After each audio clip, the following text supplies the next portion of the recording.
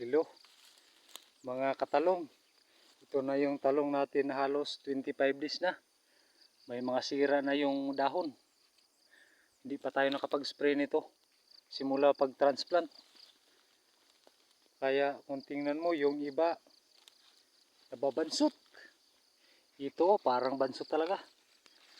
Medyo madamo-damo na rin.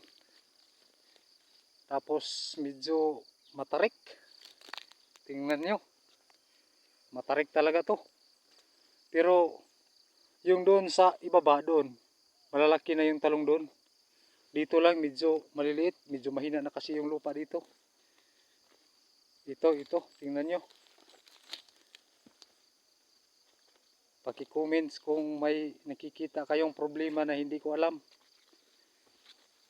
Medyo madamo na rin. Medyo pahirapan din to sa pag-spray siguro sa susunod na mga araw. Medyo kasi, matarik talaga to. Ano bang suggestion nyo rito para mas hindi masyadong mahirap sa pag-spray? Ito medyo malawak-lawak din to. Hanggang doon sa itaas, patungo doon sa kabila doon. Paki-comments naman kung ano bang nakikita nyong problema.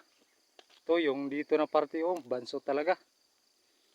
Ito lalo na to, maliliit. Maganda bang gamitin dito ang Bioin? Salamat po mga katalong.